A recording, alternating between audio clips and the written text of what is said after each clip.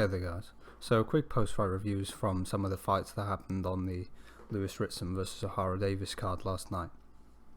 So the first fight I'm going to be talking about is the Thomas Patrick Ward versus Ottobek Kholmatov fight. So going into this fight, I picked Kholmatov to win,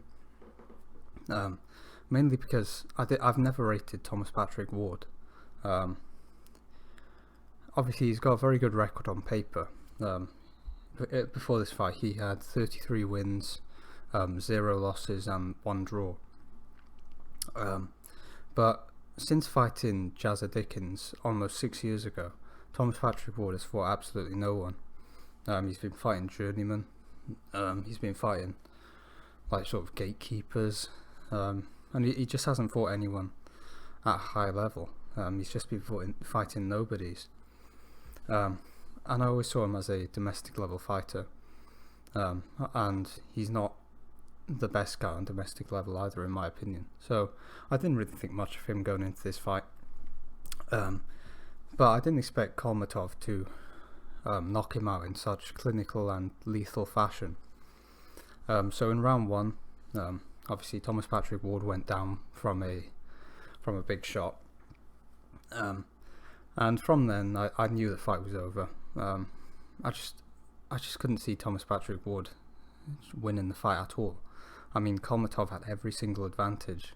He was taller, he was longer, he had a lot more power. Thomas Patrick Ward's only got 5 knockouts in his whole career, and Kholmatov was a lot more durable as well. Ward is chinny. I remember he went down against some Mexican guy who couldn't really punch. So yeah, he always had a sort of, he was never the most durable guy. And he came out in the second round.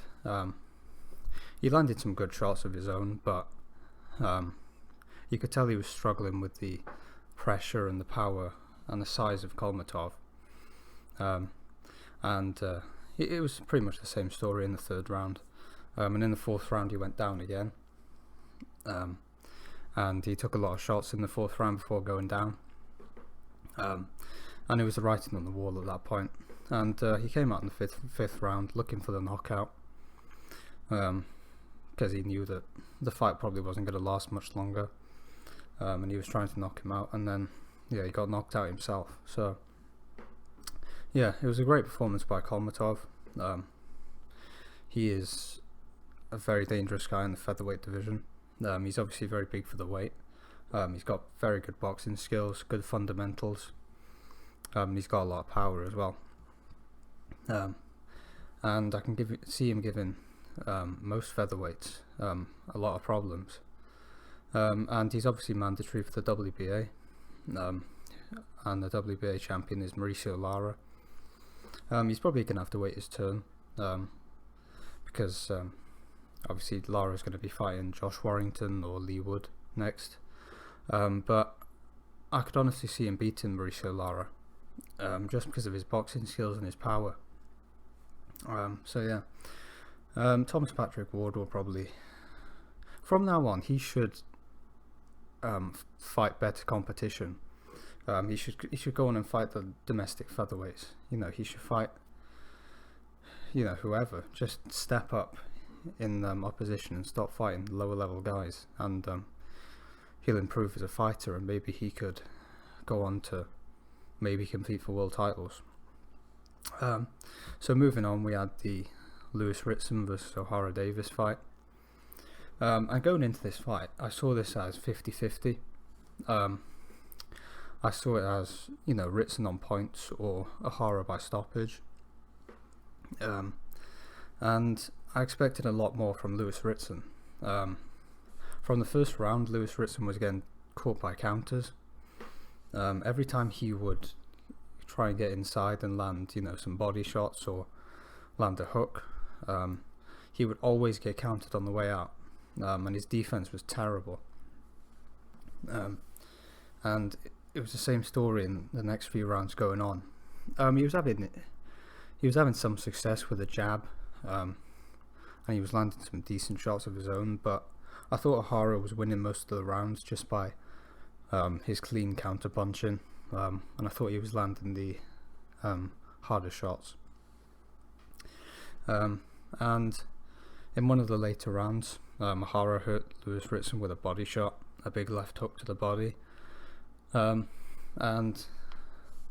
that was pretty much the writing on the wall at that point.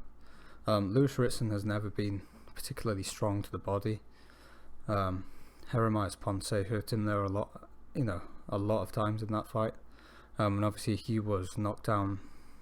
Was it 3 times by body shots by Ponce? I think it was. So he's one of these guys who he has a very durable chin, but he just can't take body shots. And from then on, Ohara Davis was breaking him down to the body, and he eventually got a stoppage from a brutal left hook. Lewis Ritson did have some success in the 7th and 8th rounds, just dragging Ohara Davis into a brawl. He was dragging him into a phone box fight, but Lewis Ritson, since he moved up to 140 pounds, he's never really shown any power. I mean, he didn't hurt Robbie Davis Jr. seriously at all, and Robbie Davis, he's quite a chinny guy, so if Ritson was a monster puncher at 135, so he should have been able to hurt him if he took his power up. So after losing most of the few rounds, it was the first few rounds, I couldn't really see a way for Lewis Ritson to win, because I couldn't really see him stopping Ohara. And yeah, he obviously got stopped by a brutal left hook to the body, which left him down for a couple of minutes. So to be honest, I think Lewis Ritson should retire. It was a dreadful performance from him. It was probably the worst I've ever seen him look. I mean, he's had poor performances against Miguel Vasquez and Jeremias Ponce and Patera, but I think he's probably just taken too much damage at this point, and I don't really see the point of him rebuilding his career just to get to this stage and then losing again. So Ohara Davis is now the WBA mandatory for Alberto Puello. I don't see Ohara Davis winning the world title. I just think he's domestic level. But yeah, moving on to the next fight. And the last fight I wanted to talk about was Lee McGregor's fight. So Lee McGregor returned after a year out, and in his last fight last year against Diego Alberto Ruiz, he looked quite poor in that fight, and it was scored a draw. And in his fight before that against the flyweight who moved up to fight for the European title, I thought he looked poor in that fight too. He got dropped, and yeah, he got caught with a lot of shots. And in this fight, which was just a comeback fight against a journeyman, I thought he got hit a lot in this fight, and to be again pieced up at times by Alexis Cabore, who's a journeyman, and he's completely shot at this point. It's worrying signs. I think Lee McGregor's he's a good fighter. He's obviously very big for the weight. He's got a lot of power. He's got good punching technique, but I've never seen him as a very good defensive fighter. And obviously that's going to cost him against some of the guys at world level and higher level.